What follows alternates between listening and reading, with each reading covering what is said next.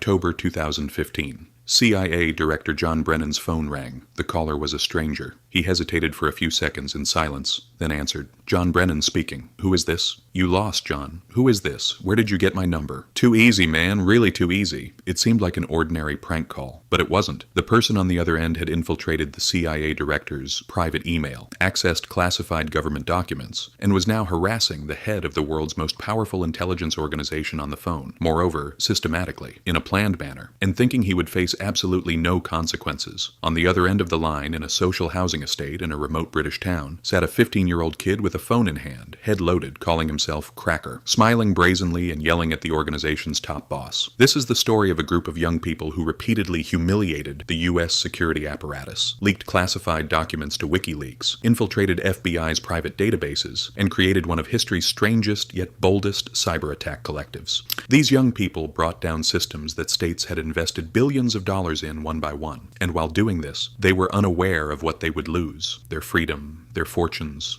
all their youth. In 2008, in Virginia, there was a young man who identified himself as Default. He looked like an average American teenager in every way: football, video games, his dog. He often fought with his father, which caused him to retreat further into his inner world. This weakness started with cheating in computer games. Though it sounds innocent, this was his first taste of bending computers, making them do things they weren't supposed to do.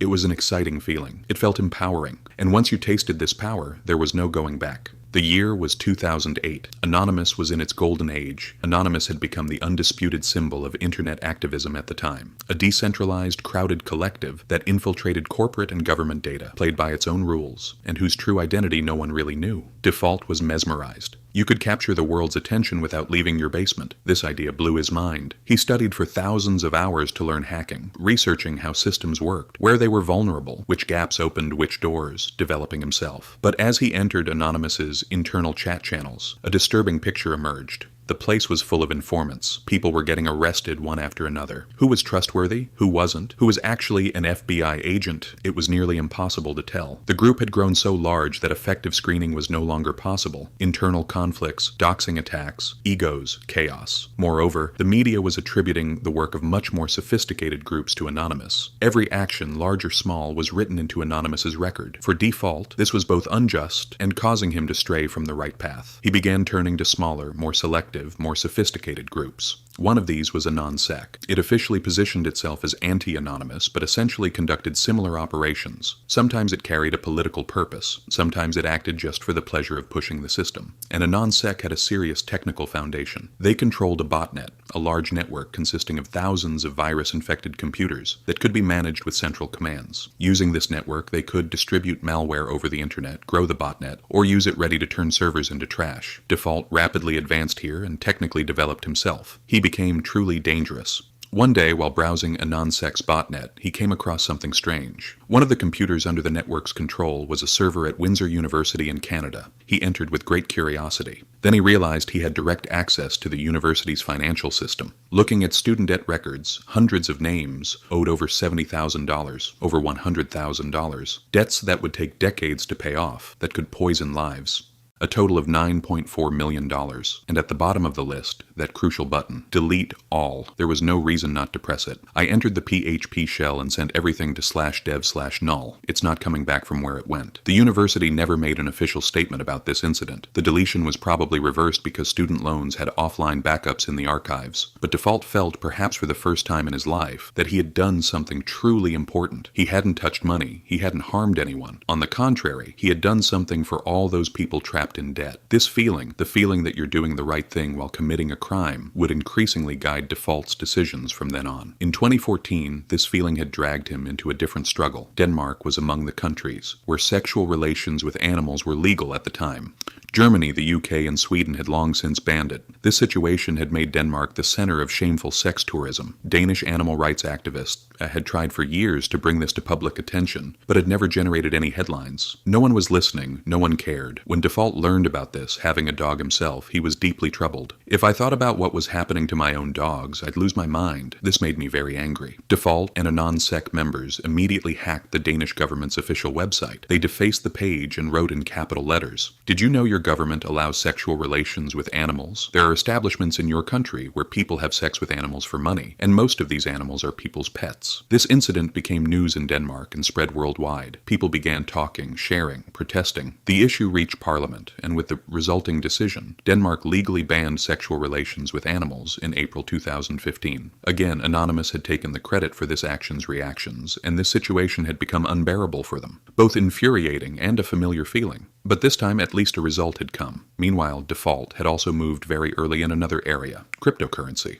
Having grasped Bitcoin's potential early on, he had accumulated a significant amount, over 1,000 Bitcoins, in today's equivalent approximately $40 million, all stored on a hard drive in the computer in his room. This reality was both an incredible opportunity and concrete proof that he could be a target at any moment. He was clearly aware that he had made dangerous enemies. He approached his security obsessively, almost paranoid, never using his own Wi-Fi network. For security purposes, he used the open network of a Dairy Queen branch half a mile away with a satellite dish he set up in his room. All connections were made through Tor. Every time he shut down his devices, he applied full encryption and waited 30 minutes for decryption when turning them back on. He told almost no one what he was doing. No plans, no social context, no trace. Almost. In 2013, across the ocean, another person was carrying an unbearably heavy secret. A 29-year-old U.S. intelligence contractor in Honolulu with his own home, a loving girlfriend, and earning over $200,000 a year. From the outside, his life was perfect, but what he carried inside was poisoning everything. The U.S. government had a computer system with the capacity to monitor and infiltrate the information of almost anyone who pressed a computer key. It had the capacity to track almost every person in the world who touched one. It was clear that this was not just a theory, but a documented and active system, and this contractor had unwittingly contributed to building this technology. Telling this to a lawyer or judge was a crime. Even telling Congress was a serious crime. It meant life imprisonment. He might never see his family again. When he thought about what could happen to them, he felt nauseated, but he had to do it. He had quietly downloaded the final documents and gathered enough evidence. He requested a few weeks' leave from his employer, the U.S. government, to manage his epilepsy. This was the time he needed to leave the country without arousing suspicion. He chose Hong Kong as the country because he believed it was one of the last true bastions of free speech. He met with journalists Laura Poitras and Glenn Greenwald and handed over the documents. Thus, Edward Snowden became one of the modern age's most important whistleblowers. Snowden's revelations shocked the world. Not only did they become news, but they were practically an earthquake. They exposed the crack between individual privacy and state security rhetoric for everyone to see. Things that had been dismissed as conspiracy theories for years turned out to be documented reality. For Default, like many young Americans, this was the turning point when he began questioning how his government really worked. He no longer wanted to remain a passive observer. He wanted the intelligence officials who so casually admitted to surveilling billions of people to experience what it felt like to be watched themselves, to have their private information archived, exposed, and potentially used against them. That was when he noticed what Cracker was doing on Twitter. On the outskirts of a monotonous housing estate in England's West Midlands, near a former mining town hollowed out by economic decline, 15-year-old Cracker spent most of his time on two things: drugs and the internet. There was little else around him. The mines had shut down. Economic life had nearly come to a halt, and the future offered little hope. Cracker filled that vacuum with anger. His anger toward U.S. policy in the Middle East, and especially toward Gaza, was growing rapidly. Watching bloodshed unfold on a screen was no longer enough. He wanted to act. The only weapons he had were a computer and time. His first target was James Clapper, the Obama administration's Director of National Intelligence. Clapper sat at the very top of the U.S. intelligence apparatus at the time. Cracker noticed something startling.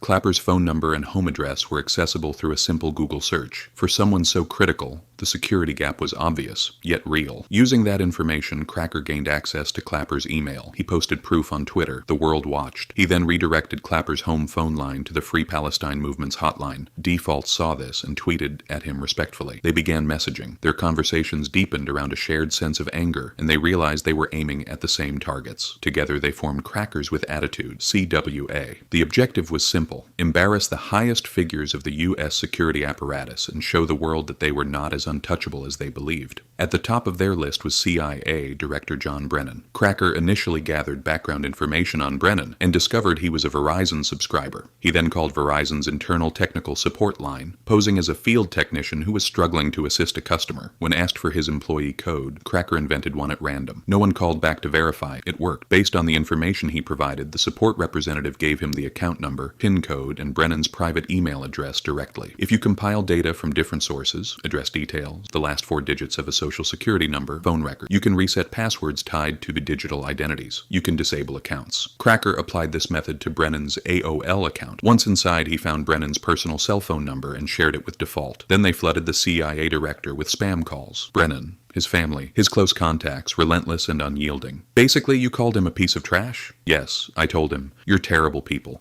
You contribute nothing positive to the world, and I truly believe that. We don't know exactly what Brennan felt or thought, but at that moment no one knew who was behind the calls or what they ultimately wanted. That uncertainty was threatening in itself. Additional security measures were taken for him and his family. For a time he had to stay in a secure location, but the most shocking question remained. Was breaking into Brennan's email really that difficult? A reporter asked Cracker, on a scale of 1 to 10, how hard was it? Without hesitation, he replied, 1. The world's media widely reported that answer. Breaking into a CIA director's email had scored a 1 out of 10 in difficulty, and CWA did not stop there. On the contrary, they accelerated. Seeking access to much deeper systems, they began systematically taking control of Clapper's and other operatives' accounts in a cascading chain. Each account led to another account, each database to another database, forming a chain reaction. When they accessed the account of FBI Deputy Director Mark Giuliano, they encountered something staggering: a massive database containing the personal details of 9,000 Department of Justice officials and 20,000 FBI agents. Addresses, phone numbers, job descriptions. They shared it all with the media. They didn't stop. Next, they breached the Department of Justice's joint automated booking system, the system containing records of every inmate in the United States. There, they found the files of their own hacktivist allies and published those as well. One institution followed another, each intrusion bolder than the last, each disclosure more expansive. Meanwhile, Cracker had forwarded documents he discovered in Brennan's compromised email to WikiLeaks. Julian Assange personally became involved. Among the documents published in October 2015 was Brennan's 47-page classified security clearance application, including his background history, psychological records, and past drug use. There were also Bush-era Middle East policy proposals and internal Senate Intelligence Committee communications discussing how future interrogation methods, more bluntly put, torture, would be framed within a legal structure. The attack cost the CIA an estimated $1.5 million. Several operatives had to go into hiding to protect their identities. But the greatest damage was not financial. It was the exposure of a multi-billion-dollar intelligence system left vulnerable before teenagers. That cost could not be measured. Cracker knew the consequences would be severe. He chose not to care. The risks kept escalating. In the final period, spending shifted into what he described as an anything-goes mode. I was frustrated by people's indifference. We were going to get attention through chaos. Default, however, remained paranoid throughout. His security protocols were nearly perfect. Nearly. One night, while casually chatting with an old friend over Xbox Live, beers in hand, relaxed and unguarded, the news happened to be discussing the CIA hack. Fueled by alcohol and misplaced confidence, the words slipped out. Yeah, that was us. His friend said nothing, didn't seem to care. But today, Default is almost certain that friend reported him. When the FBI raided his home, they broke down the door. His computer was decrypting at that exact moment. Screens were open, data readable. Assault rifle barrels were pointed at his face. Before the system could re-encrypt, agents made a live copy. All equipment was seized. Default froze. But the most painful image was watching them carry away the hard drive, the one containing roughly 1,000 Bitcoin, worth around $40 million